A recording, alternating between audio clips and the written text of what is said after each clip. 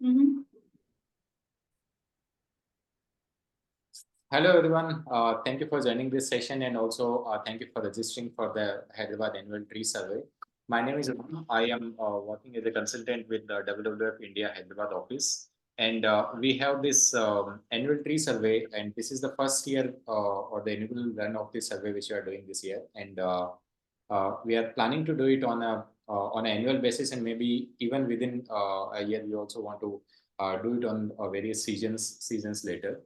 So I hope that most of you are already aware about the survey, what it is about. And just in case if you don't know, we'll talk more about the survey methodology and few more things later with whatever questions you might have about the location where you'll join in your circle Give coordinator. me a moment.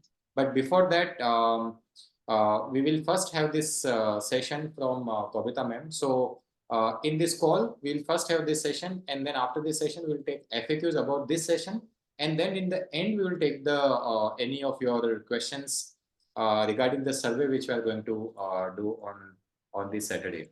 So with that, I would like to welcome Kobita ma'am here. She is a graduate in botany and postgraduate in plant science with an MPhil in plant physiology. She has been very active person and mentor to many of us here, and she's always very enthusiastic when it comes to talking about trees of Hyderabad and biodiversity of Hyderabad. So without any further ado, Kavita ma'am, this is over to you. Thank you, Ram, and thank you, WWF, for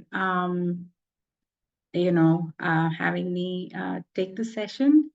So I'd like to jump into it because it's, I think, going to take a bit of time.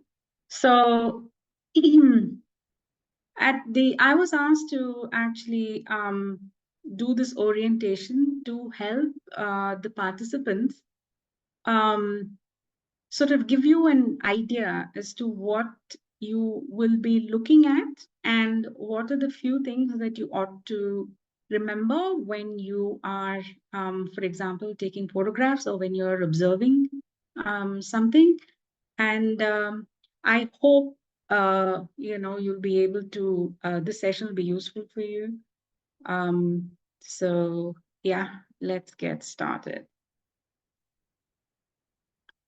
So as you can see, little lovely patch of green, all different shades.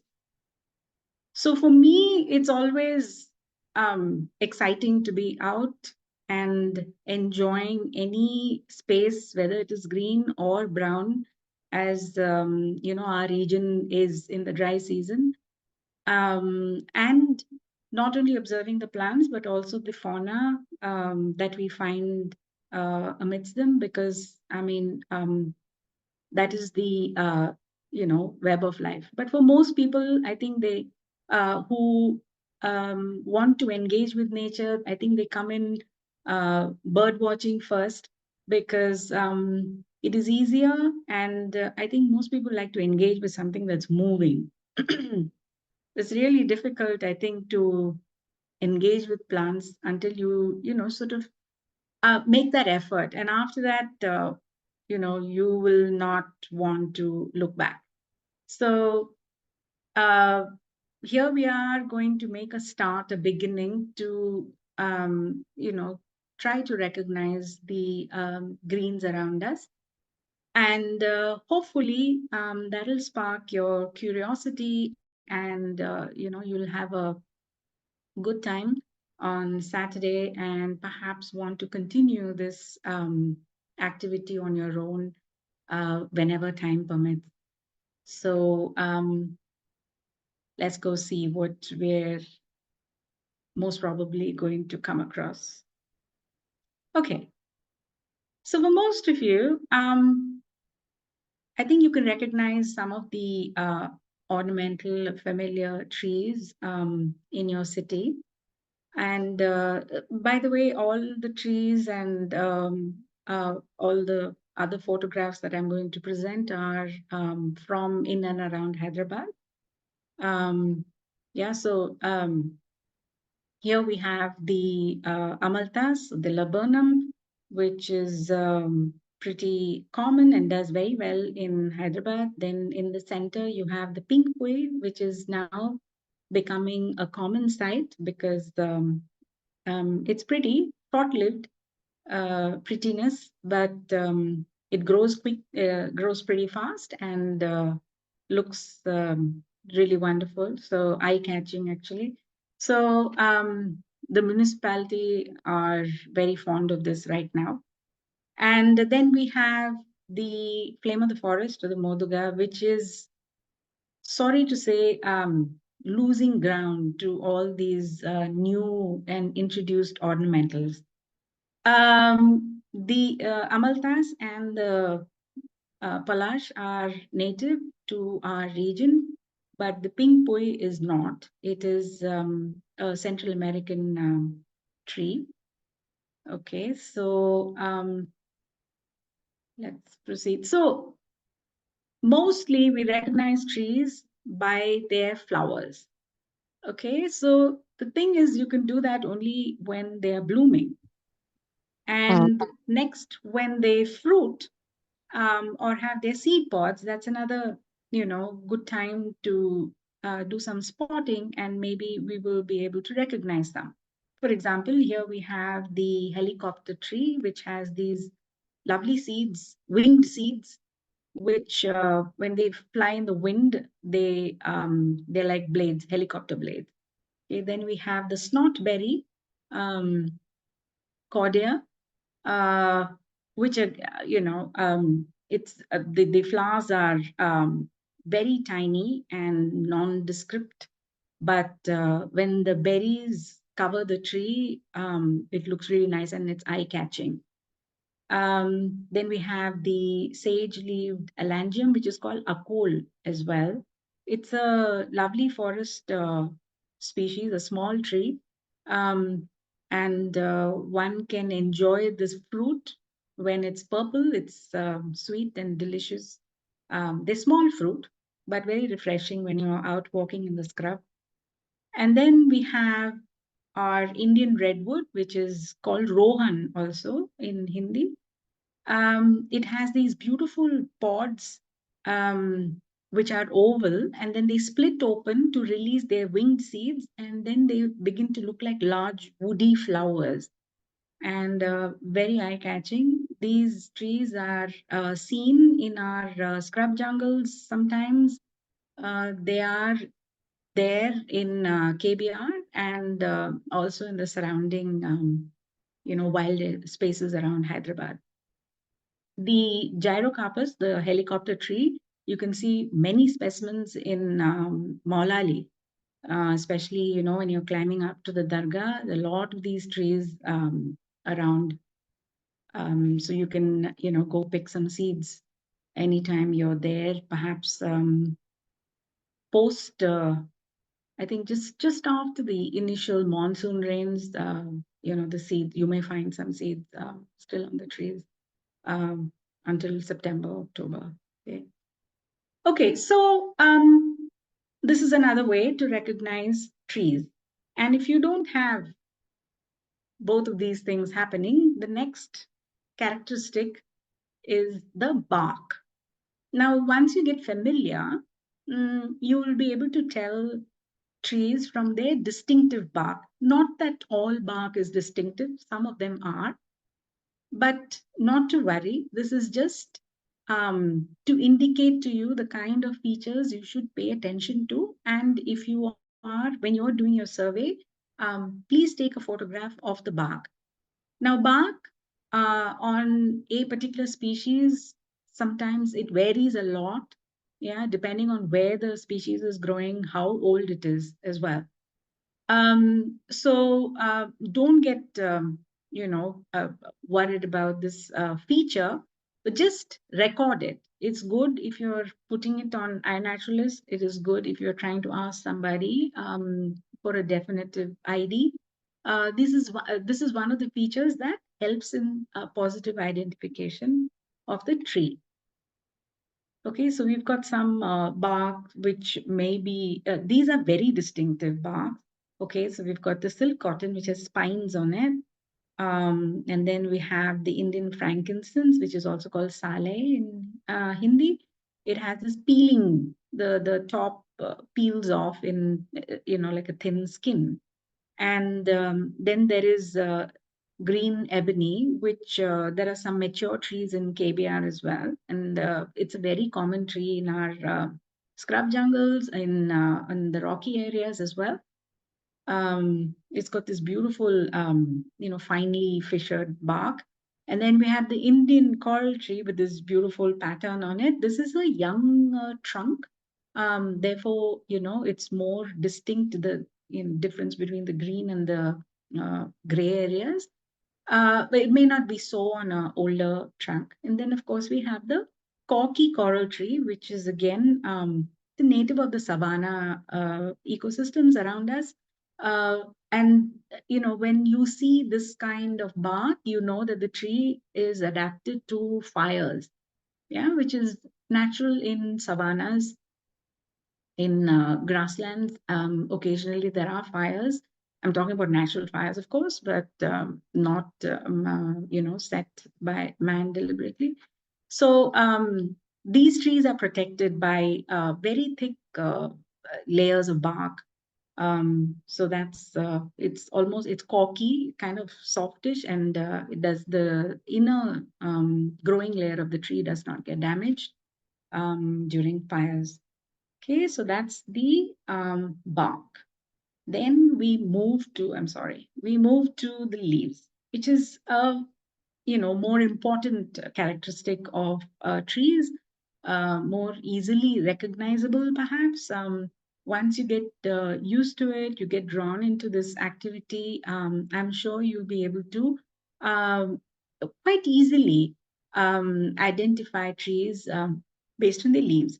Now, the leaves have certain structure, the shape and the structure, they have been used to group the trees into different categories. For example, if we have a catalog, if you want to use the site called Flowers of India, um, there they have a catalog of the trees, and they are grouped according to their leaf structure and shape. Similarly, other books that are field guides, for example, Pradeep Krishan's, those of you who have used, both of his books have the same sort of grouping based on leaf structure. Okay, so there are two basic kinds of leaves. One are the simple leaves, and then the compound leaves. The simple leaves have untoothed, smooth edges, as you can see here. And then you have the leaves with toothed edge. And then we have lobe leaves. Now, simple is that there is one stalk. As you can see, each of these leaves has one stalk and then one entire leaf attached to it. Okay, so there are other more detailed classifications, but we won't go into that now. This is enough for you if you're a beginner or or even a novice. Okay, and the next is the compound leaves. Okay, so you have the digitate, which is, like digits, like your fingers on the hand. Again, you'll see that there's one stalk and then there are leaves attached to that. So these are called leaflets, each one of them. This is from the semal. Then we have these leaves, which both of these, they're pinnate leaves, means they're feathery. Pinna is feather. So feathery, so this is once feathered or once branch, and this is twice. Okay, so there's a main rachis, and then these little ones are called leaflets. The entire thing is one leaf.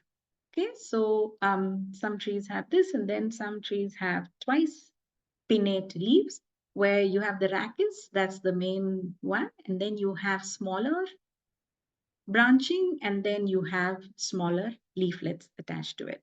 So this is the basic structure. Then the shapes and sizes vary greatly from species to species. Okay, and I guess at the end, if you have any doubts, I can answer that. I'm not giving you too much detail because I don't want you to get confused.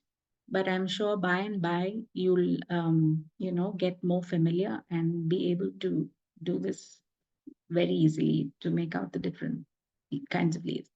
Okay, so here is a tree. It's called the small flowered crepe myrtle. Many of you may not have seen it. Again, some of you may, because it is again native to in our region, and sometimes there are large specimens around, in and around Hyderabad. I've seen a few. Um, so this, what I'm trying to show you is the kind of features that you're trying to look at, and what is required to identify a tree, with confidence. So one is the habit. Now, habit is actually the what the entire tree looks like. Okay, many a time the habit of trees is hampered these days because they're planted very close together. But if you remember from larger areas of parks or large gardens or your childhood, earlier trees had space and they would grow to their natural size and shape, right? So that is the habit. The overall shape of the tree is also something that helps you, recognize a tree from a distance many a time. Okay, then you can get close to the tree and take a picture of the bark. Here, the bark is pretty clear if you, sort of zoom in to it. So I've just left this as it is, the canopy as well as the bark. Here, the tree was just coming into new leaf after the, flush of blooming. Therefore, the canopy is kind of sparse. There aren't, the leaves are not dense, but the tree itself, in general, typically it doesn't have a dense canopy. It's quite airy and light and feathery. But as you can see here, the new leaves have a sort of orangish tint. That's just because they're fresh. Otherwise, they turn wonderful pale green. And these are the flowers. So if, I mean, it's nice to have a reference sometimes if it's completely new to you. So you can either have a scale or a pencil, whatever is handy. Or the best thing is your hand or your fingers, which can be used as scale. So my four fingers at the back, and that shows you how small or big the flowers are. Okay, and this, so here you have the leaves, and then you have the inflorescence. Again, one can zoom into it and see how the inflorescence, the particular inflorescence is on this species. Okay, and then we have the pod, dry pods. So as you can see, I've got a collage of photographs which have been taken over a period of time, right? Clearly, you're not going to see all of these stages all at once, for example, on Saturday when you're out. So do take, if you can, do try your best to take a picture of the habit, and then of the bark. Okay, if there's paint or something, try to take the you know the bark in its natural state, so avoid the painted areas. um, and leaves, of course, definitely.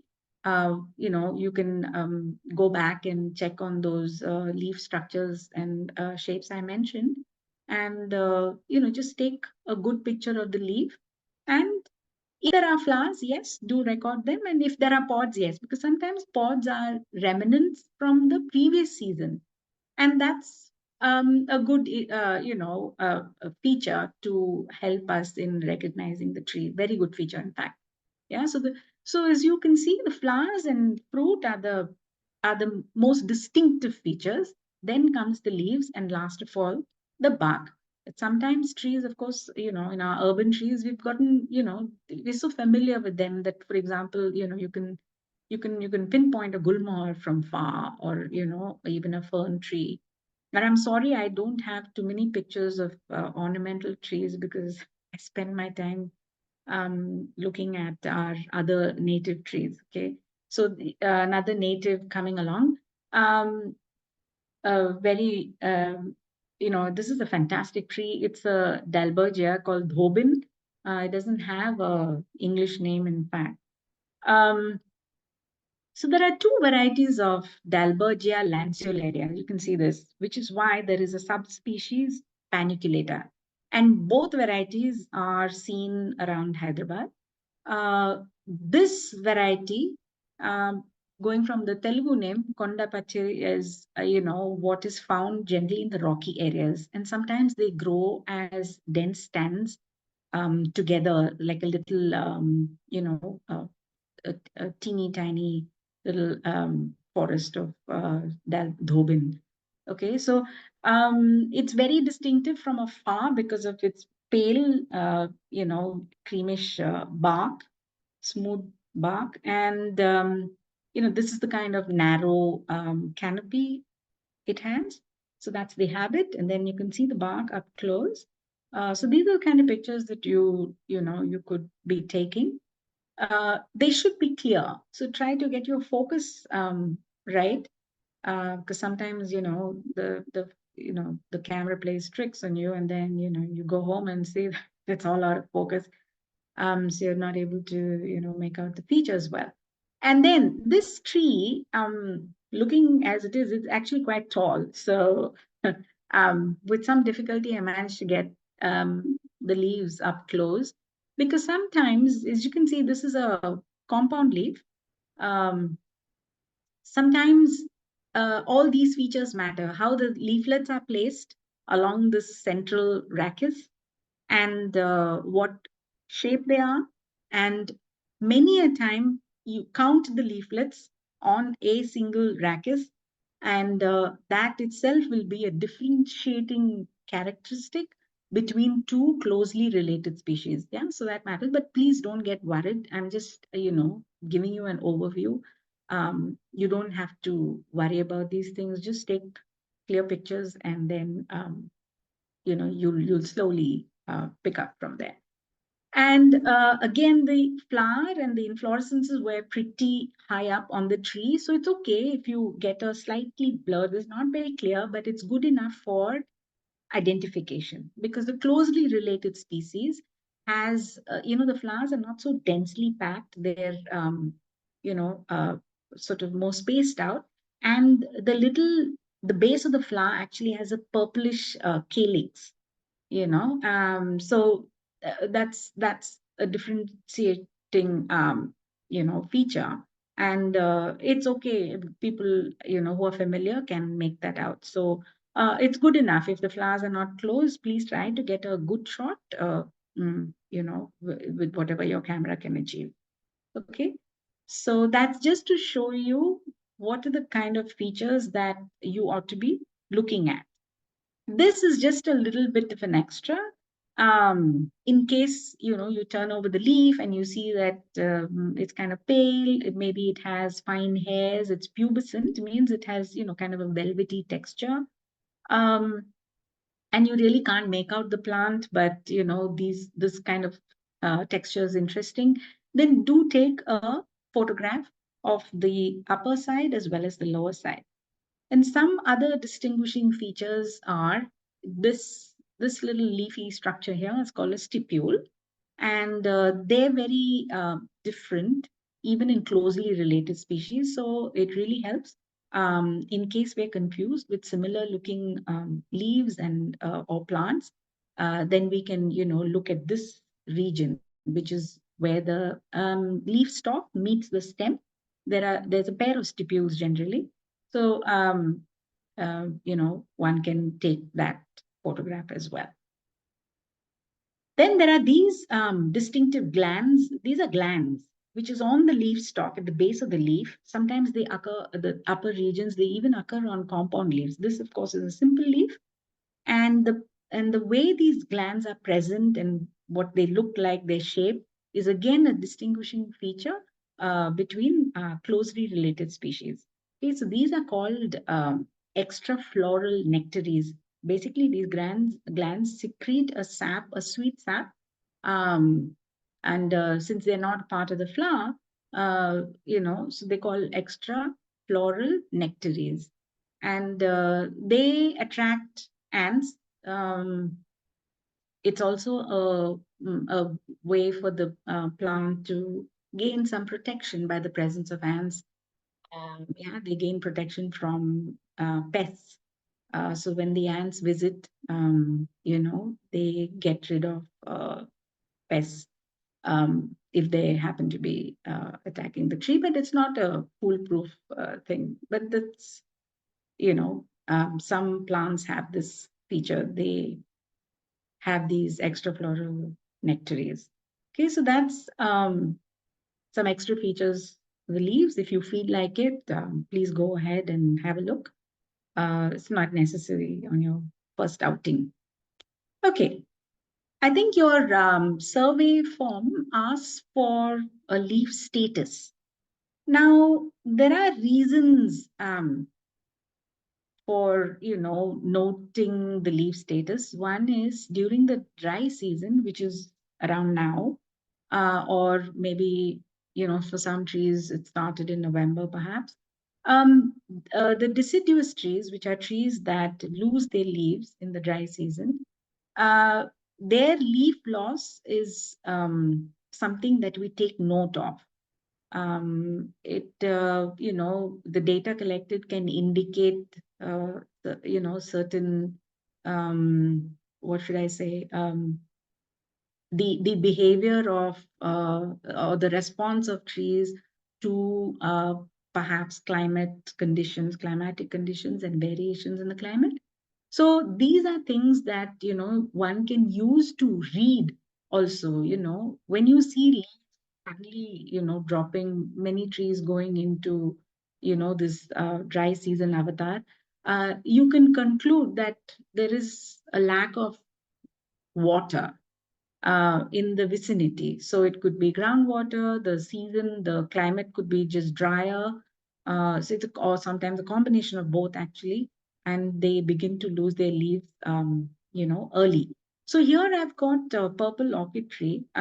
Okay, and this, I'm sorry, but the pictures are taken between yesterday and today. So luckily for me, happened to find few trees in the community, um, which were in this state.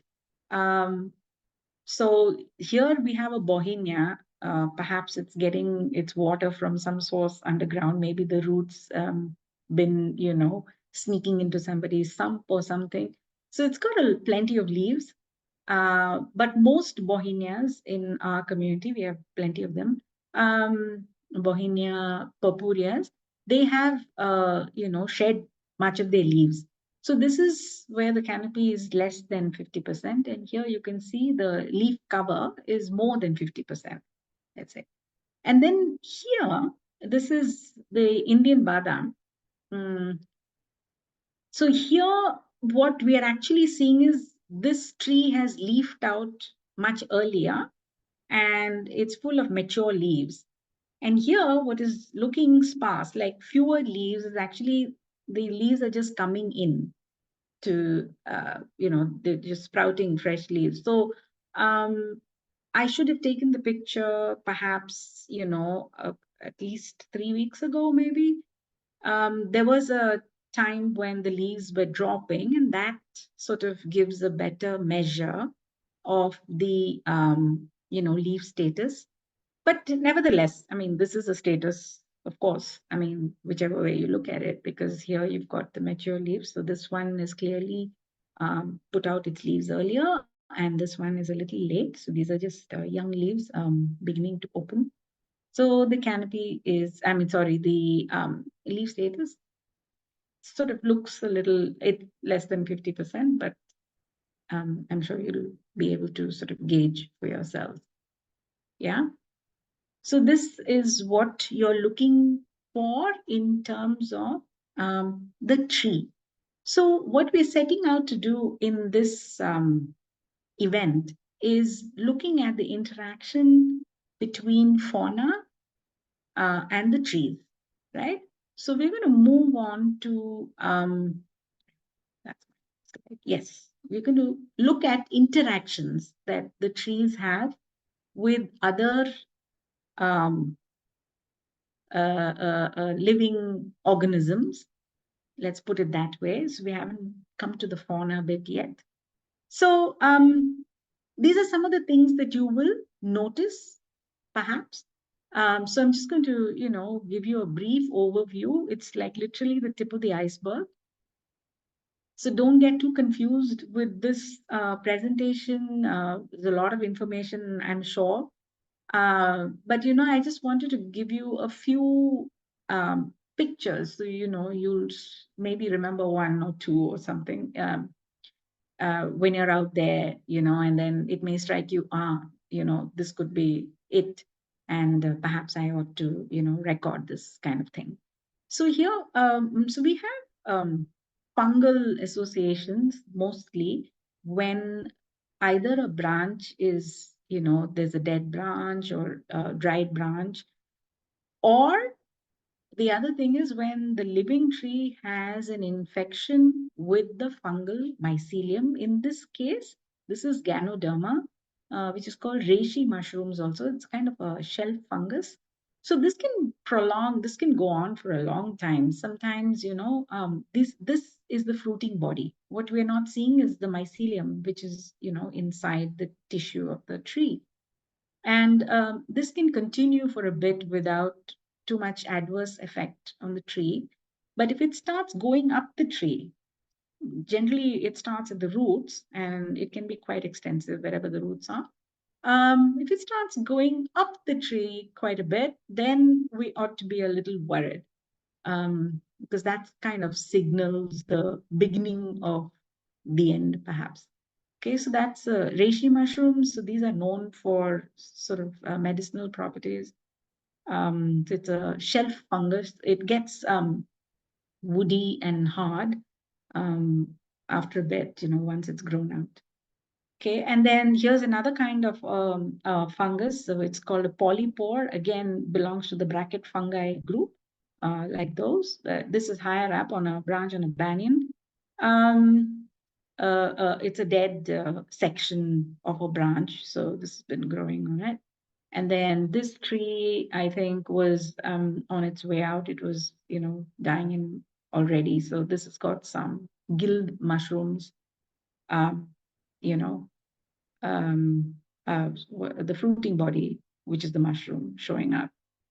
Okay, so I think this was some time ago, and then I think the tree actually died after this. Okay, and then we have lichens. Now, um, if you do see lichens on trees, it's generally signals a pretty good air quality. Okay, so you ought to get really excited about this, especially nowadays. But yeah, lichens are little patches which could look like a powdery patch or a leafy patch. I'm sorry, this was not the best of pictures, but I was pretty rushed. So I actually didn't change it. I had a better picture.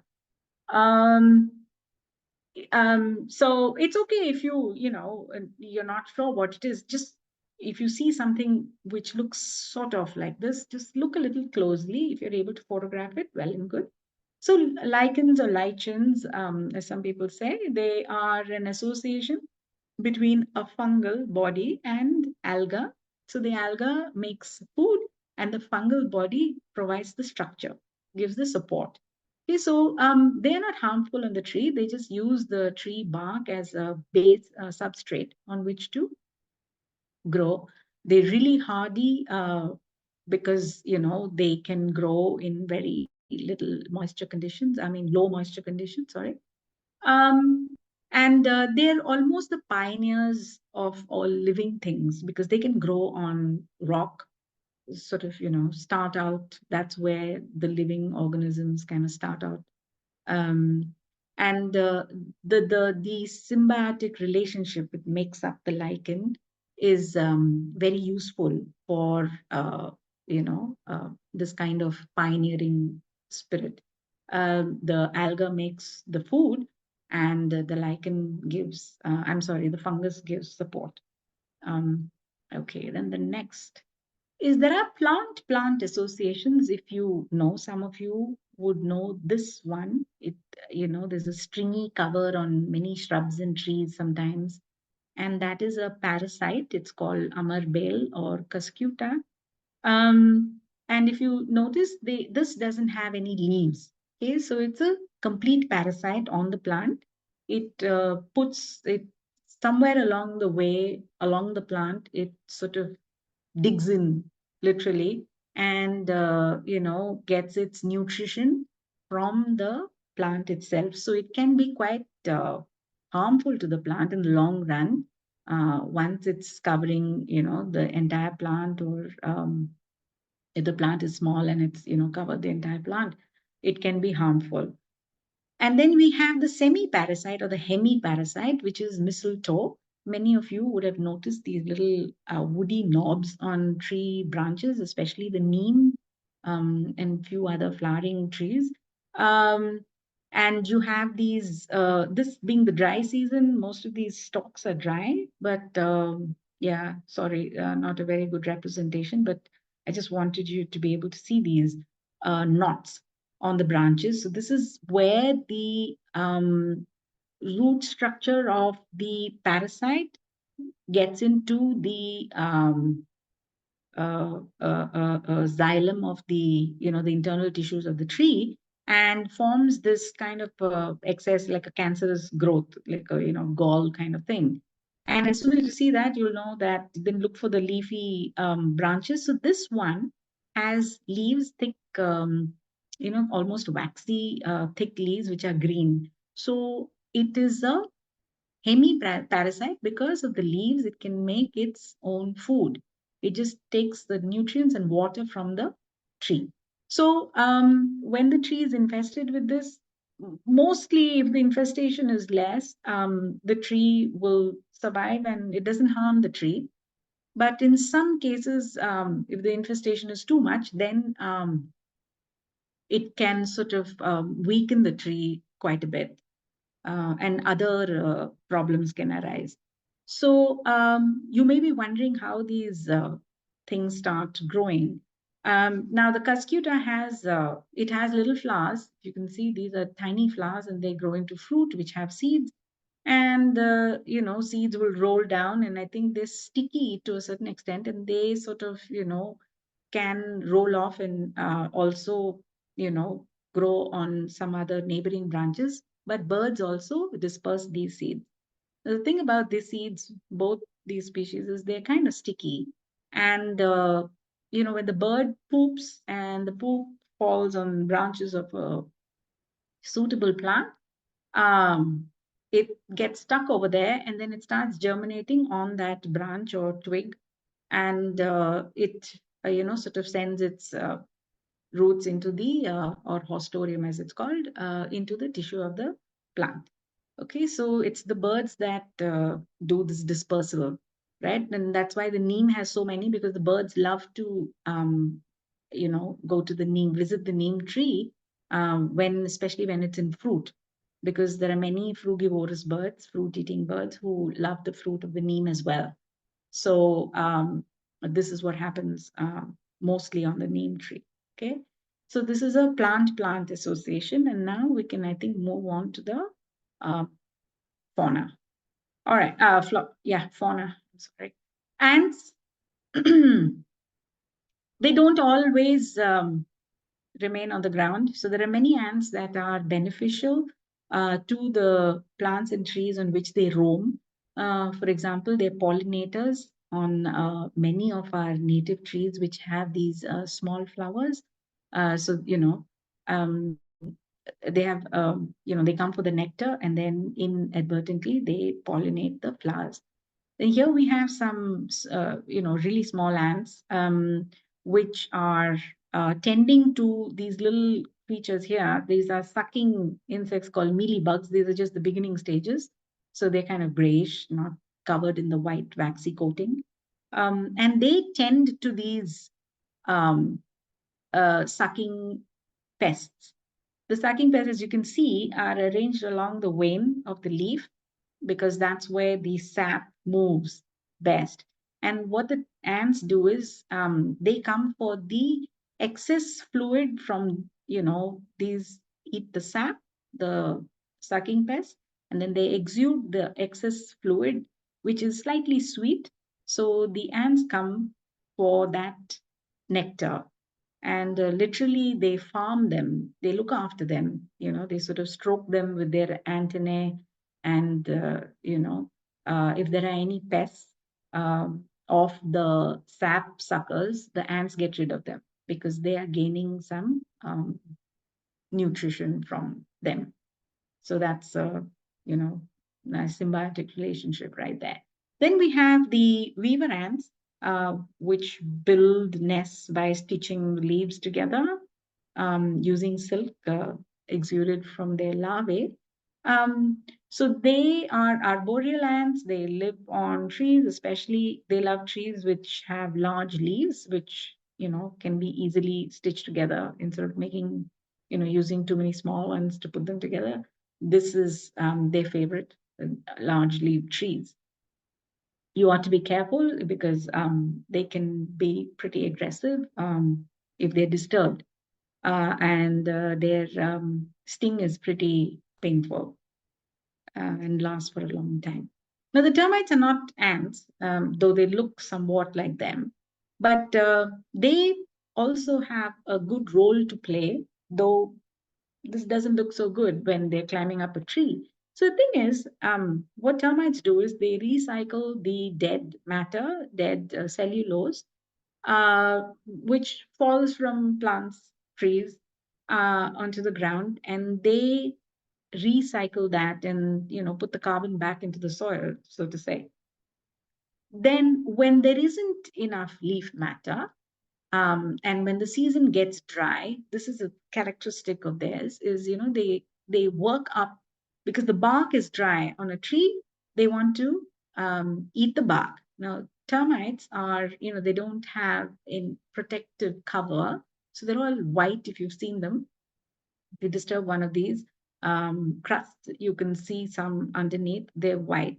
So they can't take the heat from the sun very easily. So this is their strategy to protect themselves. So they they pick up the soil and they build this little crust, and they're busy.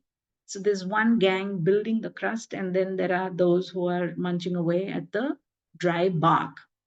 The problem here is that if they eat too much of the bark, they expose the living tissue, which is just under the bark. It's the growing tissue.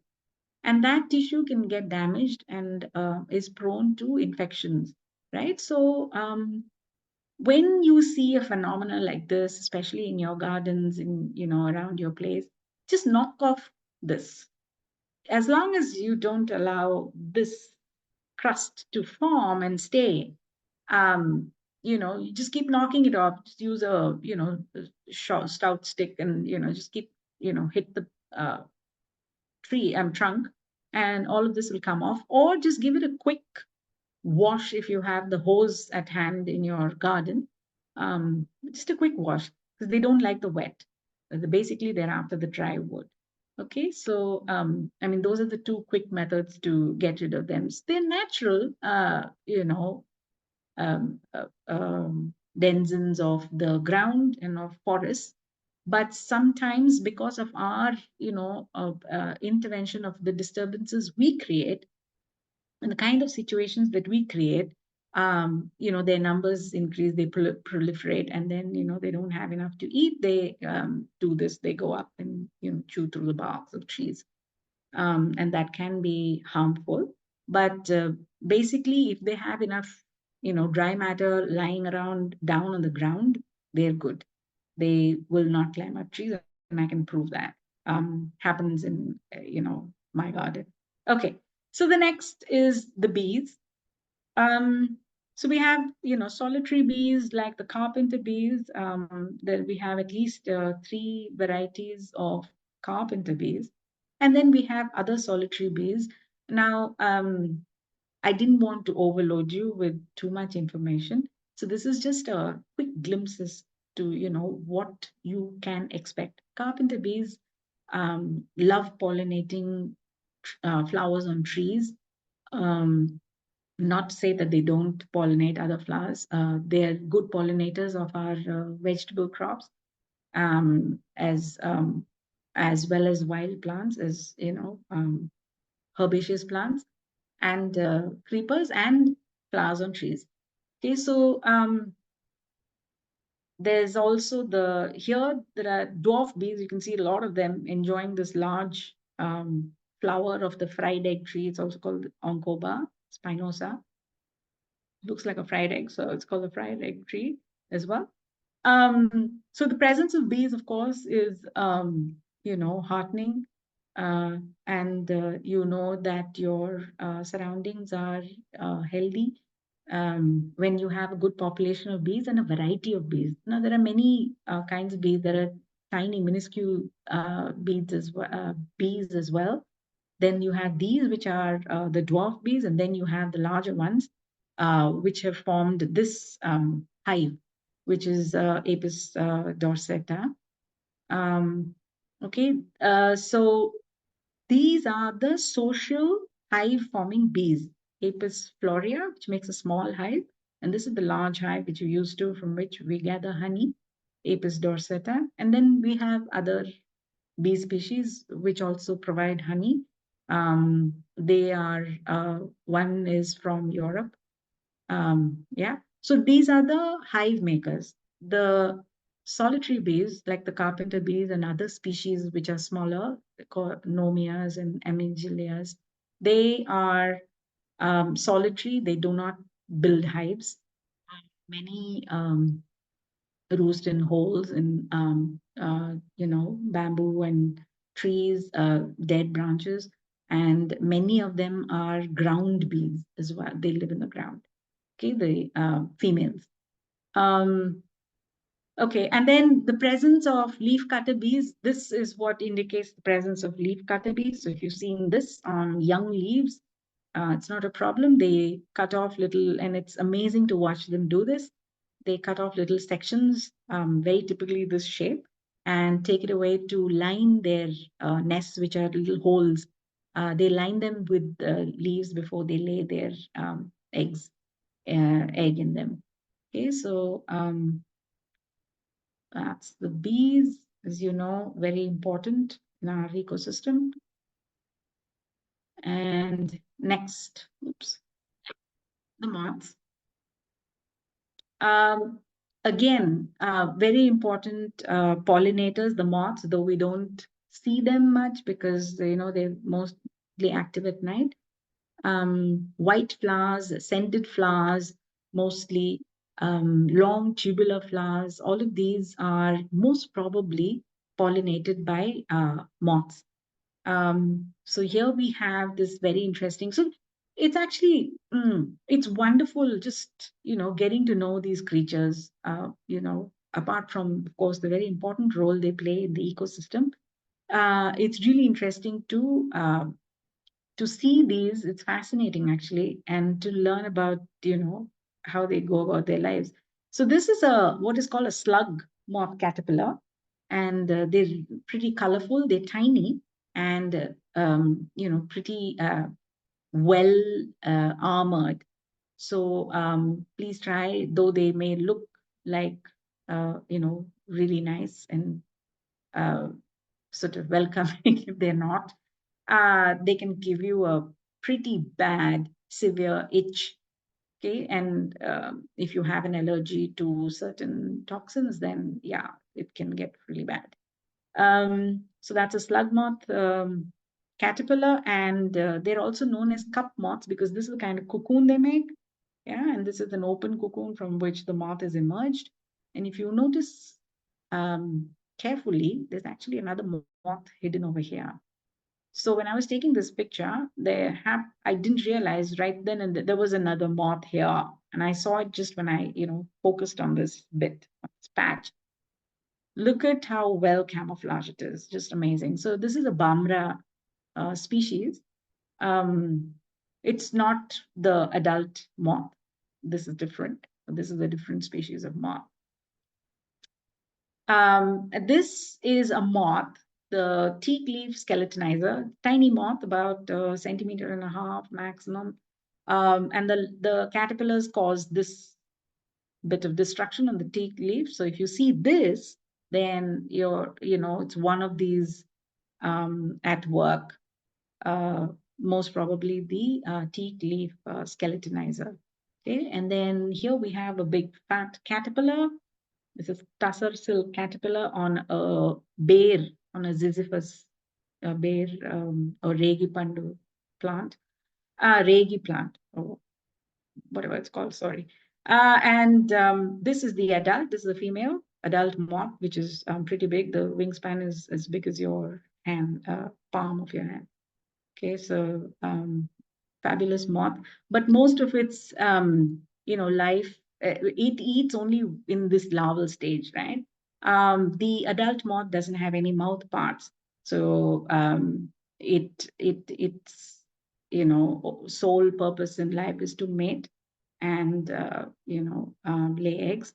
So all the eating is done by the in the caterpillar stage, and no wonder the caterpillar is like, this is massive. Caterpillar is really huge. And this is actually a very small case. If you know acacia thorns, babul thorns, they're pretty long. And this case was made just from the thorns of a babul by a moth caterpillar, which is called a bagworm um, moth. So there are many species, and they, make this case, which is a protective case, and they can move around with this case while they're feeding on the leaves of the plant. And you can get various shapes and sizes and structures and material from which these cases are made. So they're really interesting. You can do a little study on that. So that's the moths. Um, you may see these creatures on the trees that you're surveying, which is why I'm doing a quick may see these. Just giving you a little insight into these. So then we come to the butterflies. Again, equally important and eye-catching because we see them. They're day-flying creatures, so we get to see them and fascinated by their colors and beauty. This is what is called a common crow, and its host plant, the larval host, the plant on which the caterpillars feed, the larval host tree is Ficus benjamina, which could be growing in gardens or on avenues. And this is a freshly eclosed butterfly. It's just emerged from its chrysalis. So you could find, butterfly chrysalis um, on around, the trees, on the trees, I'm sorry, that you're going to survey. Here is another chrysalis. It's of the common Jezebel, um, fixed on a twig. So butterfly chrysalis normally will be found either hanging from, under a leaf or a twig, or fixed like this. This is on a banyan trunk, fixed. This is a rather large, chrysalis, belongs to the crimson rose, another beautiful big butterfly. This is a common phenomenon sometimes in any injured section of trees. There are certain butterflies who like to feed on the sap exuding from these injured parts. It could be on the trunk, it could be even on pods. For example, I've seen many butterflies approach amalthas, laburnum pods, when they are infested with the borers of, that live in the pods, there is some sap exuding. And that it attracts the butterflies, certain species of butterflies, like the common barren, the palm fly butterfly. I've seen these in particular feeding on that sap. Okay, here's the common barren. It feeds on the mango. Okay, it's got a very interesting caterpillar. Unfortunately, I don't have a photograph, but you may have come across the caterpillar you know, um, on social media or somewhere because it's perfectly camouflaged. Sits in the center of the mango leaf, and you can't see it until it's begins to move. Um, Quite a fascinating creature. So varieties of butterflies that feed on trees as well. So you may see them while you're surveying. The next lots. So apart from the butterflies and moths, there are host and I mean, like millions of other insects. I'm just touching upon a few which maybe you will see. Um, Cicadas, you most probably heard of them and heard them making a din, because they have this pretty interesting life cycle where they emerge once in 7 years, 12 years. And that's, all they do is to scramble up the trunk of a tree and then make these, very large, almost, ear-piercing sounds to attract mates. Um, you know, so they are, I mean, all insects are food. They prey for the higher predators in the ecosystem. So they play a very, very important role.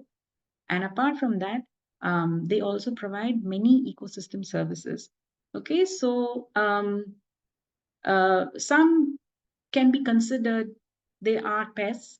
Let's say we don't want them in our surrounding, and others can be beneficial. So, for example, these tree hoppers, they're sucking insects. Okay, and they are also farmed by ants, because they also suck the sap and they exude the extra sap, which is slightly sweet. The sugar content is higher, and the ants, come for them. Um, so these are tree hoppers.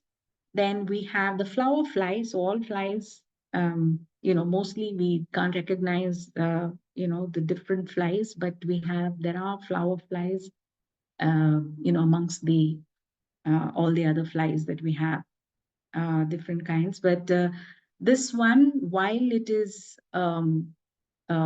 collecting nectar or any other sticky substance which is around the flowers, they help to pollinate the flowers as well, right? Um, and then we have beetles who also uh, they damage plants. If you see leaves like this, please do record that, because it means there is some sort of infestation. So there are people who actually study uh, the leaves on canopies, on tree canopies, right? Um, so that's a whole thing. What should I say? A section of subject matter is to see what creatures live off tree leaves, especially, and also have relationships with the tree, beneficial relationships with the trees, right? So that's one area of study. And so beetles can be pests. If you see it eaten in some sort of manner like this, do take a picture, because that could be useful for determining, which creatures associating with this leaf, with the tree, sorry. The flower chafer beetle, so it actually uh, chews up the flowers, but in the process, it also pollinates.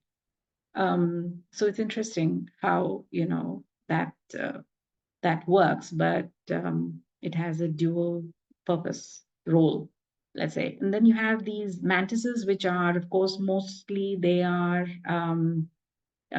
regulate um, insect populations because they are voracious feeders on several kinds of insects. There are some insects they avoid, of course, but they feed on quite a wide variety of insects, especially flying creatures. Many of them like that. So this is a what is called a flower mantis, so normally found close to flowers, on trees and smaller trees, perhaps. Not too sure.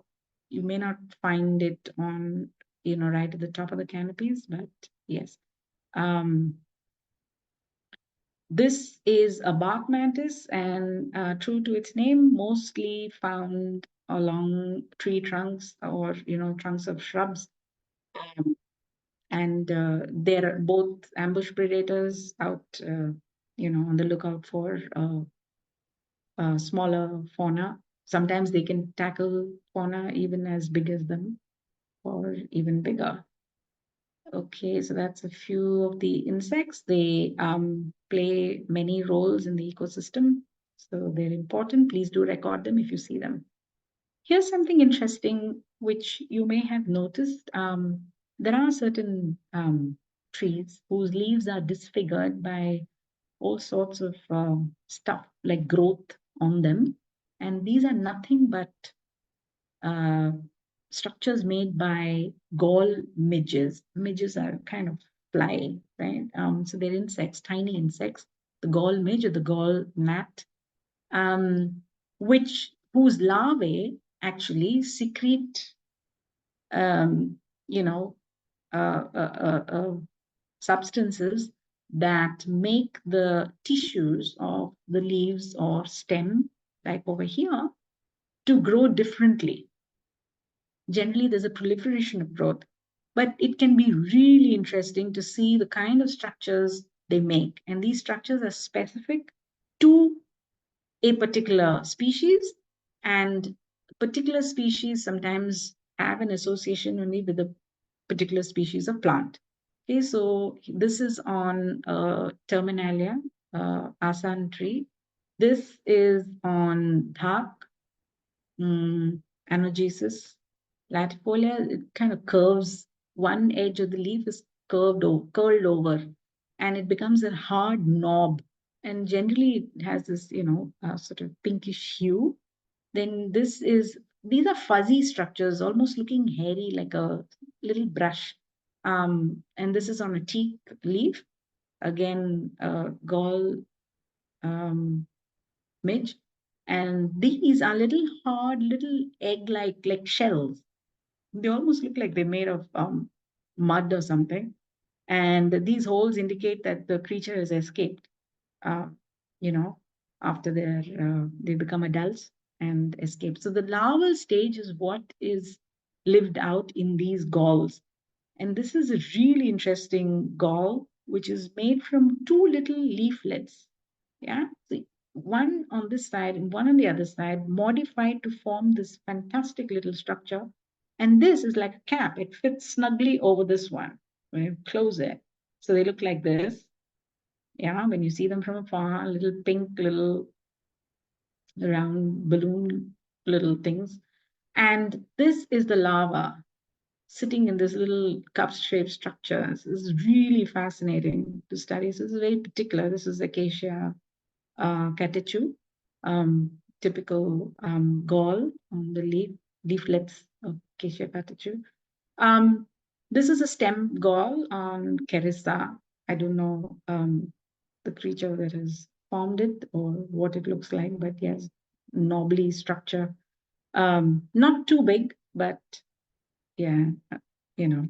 So if you see something unusual like this, please do record that as well. You can record that as a separate entry on iNaturalist, and that will be, that will come under the fauna, not the flora. Okay. So just try and take clear pictures, maybe back and front if you can. That'll be really helpful in identification. These are not well studied at all. Some are, they're commercial species of trees. Then there have been studies on these. But if they're just, regular ornamental or jungle varieties, sometimes there's paucity of information. So all of this can help um, to improve our knowledge and findings. Okay, and then we have dragonflies. So yes, dragonflies do fly around, but they also use the trees, especially the ones near their, select water bodies to perch on and to rest on. So the resting phase is called torpor. So here we have Pantala, globetrotter. They do rest in the, sort of overnight, and then in the morning, they actually make an appearance slightly later. So if we actually did a dragonfly survey, and that's where I learned all of this. Also, thanks to Akbar from WWF for, you know, sort of sharing lots of interesting tidbits about the dragonflies. So I learned a lot there. This is Pantala still, resting on a twig of a tree branch. And then, sorry, some of the pictures are hazy, but it's for you also to see that, as long as you can make out, the basic structure, it's okay, because this was high up. And with my phone camera, this was the best. I could get it zoomed at some 30x, and then that was it. So it's kind of a, pretty blurred shot, but enough to identify the creature. Okay, and I've given this because it's kind of interesting to see the size. This is actually a pretty big dragonfly. And that was the first time I was seeing it. This was last year, sometime in October. I hadn't seen this dragonfly before. And, once then, there's a possibility that we can spot it later. And I did. I saw it elsewhere. But so this is called the elephant downer. You know why it's called that, because it's pretty big. And this length is the abdomen. It's just the length of the abdomen from here where it meets the thorax, from there to the tip of the tail. That's the length mentioned here. And the hind wing, which is the wings at the back, that's the hind wing span, which is 56 mm. Oops, sorry, forgot to mention the mm here. And this is the common clubtail, a very typical posture. So here it is perching. And then if you've noticed, there are two pantalas here who have, not yet, sort of moved from their torpor. Yeah, so you look up into the trees, and if you have twiggy branches, most probably you'll find some of these perchers, and then sometimes in the shadier branches, you could have, early hours of the morning, you may find some dragonflies. Of course, this is not the season for them. It's way too dry, but one never knows. Well, next. We've got some spiders here. Very typically, again, they're great. Spiders are, known for being sort of regulating the population of small creatures which they prey upon. So this is very typically, this is a tree trunk spider. So I'm quite sure some of you, will see this if you look close enough. It doesn't build a web. It just, there's fine tracery of silk sometimes, which is visible maybe to the eye, sometimes not. But it is also called the two-tailed spider. I don't know if you can see, but it's fantastic camouflage. It's got two tails extending at the back. So if you look closely, you can, maybe you'll find this. They have this tendency to hide, move very quickly around the trunk and hide. So approach with caution if you want to take a close look at it. Okay, and then we have this bark or twig spider, and I happen to find this in my garden. And they live on, so they look kind of like bits and pieces, or sort of they blend into the bark of the tree on which they are, because of the kind of body structures they have. There are various body structures. This is one poultice species, which I was so happy to have in my garden. All of a sudden, I discovered it. She comes and goes, and this fabulous massive web is built at night. I've seen her building at around 9:30, and then by around 11, she's completed it, and she's there in the center. And in the morning, she devours this silk. It's expensive. It's protein after all. And, she takes it away, and she's, resting for the rest of the day somewhere hidden in the branches. And she's active at night. So she feeds at night, hoping for flying creatures to get snagged on this fantastic web of hers. So she's a web builder. So some spiders make webs and some don't. And here's another which doesn't. And this is an ambush predator. It's called a crab spider. You'll find them on small flowers, so maybe on bare flowers and other teeny small flowers like maybe marking nut tree and maybe even the um, cashew flowers and things like that, small flowers. And they sit there and wait for the pollinating insects to visit, and they grab them. So sometimes they can change their color or slowly over a period of time to sort of blend in with the flower they've been sitting on. So they get a pink tint on a pinkish flower, and they're white on white flowers, and they're yellow on yellow flowers. But this one I think is, I don't know, clearly can't do a green, so I think it stopped at yellow. This is a monkey spider. So many little spiders.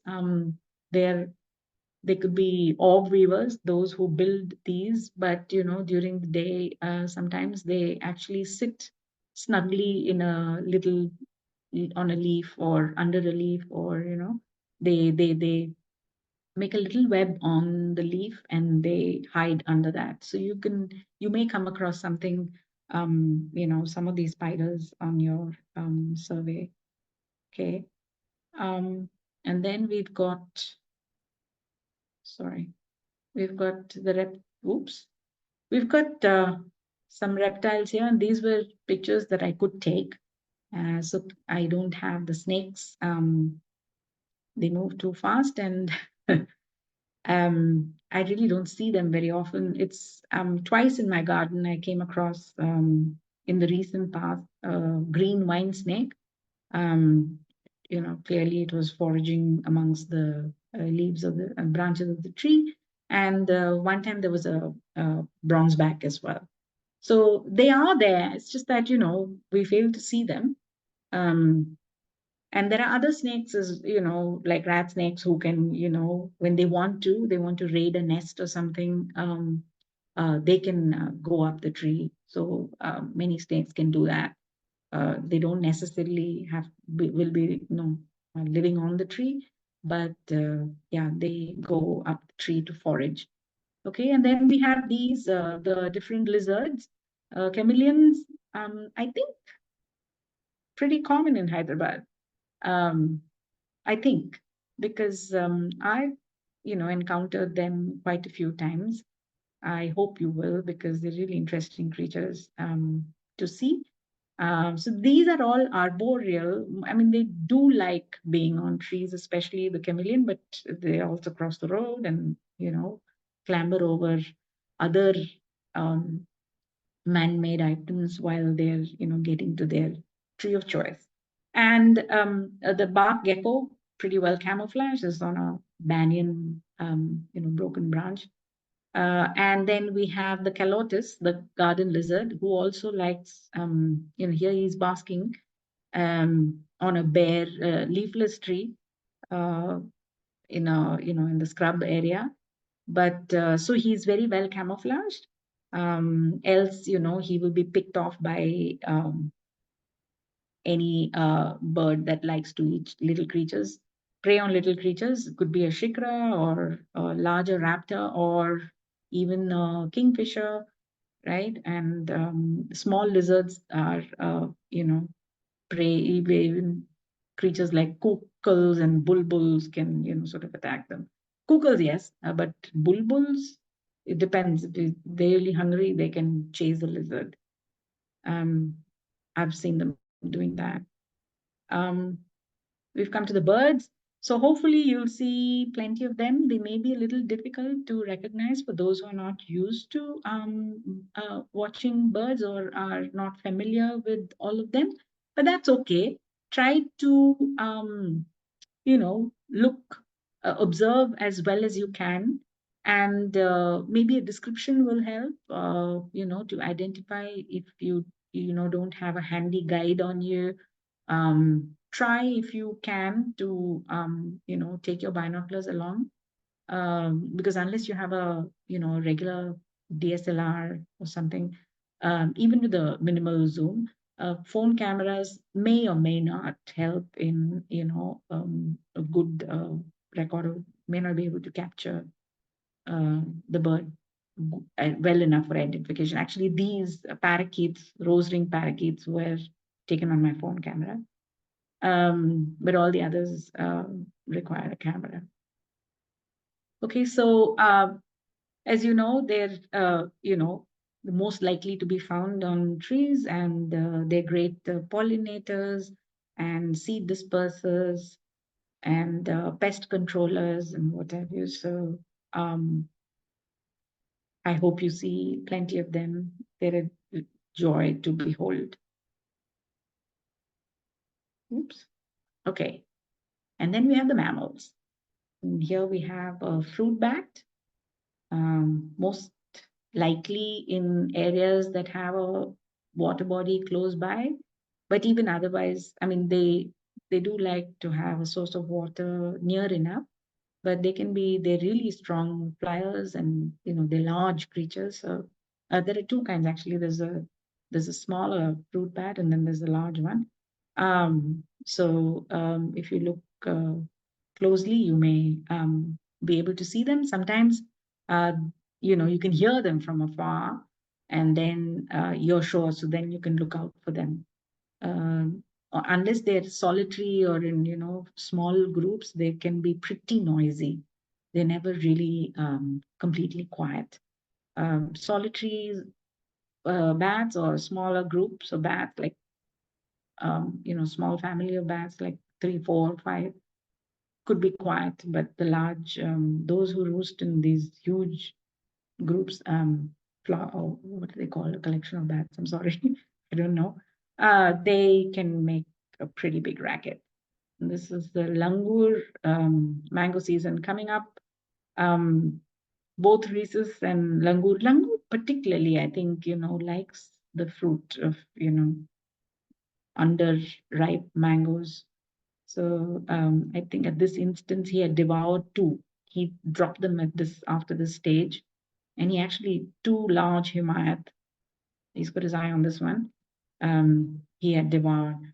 And here's a squirrel seeking nectar from the flame of the forest tree. So by doing so, they also help in pollination. So the squirrels are everywhere. Most trees you'll see them. They also nest on trees. There's a little, shaggy nest made of, some fluffy, soft kind of material.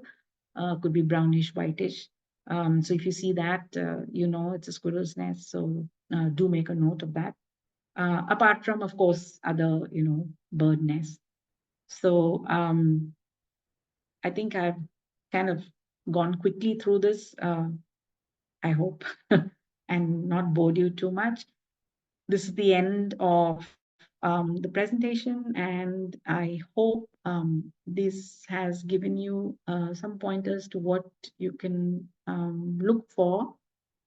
And don't get worried if you can't record everything. It's just that, I just wanted this to be an eye opener of sorts. And this is just the tip of the iceberg. There's so much going on. Um, you can't, take it all in at once. But I hope you all enjoy your survey. And, I'm open for questions. I hope it's the beginning of wonderful journey of engaging in nature, because and you start learning and that's it. You never stop. It's absolutely wonderful. So I hope you all enjoy your session on Saturday. Thank you.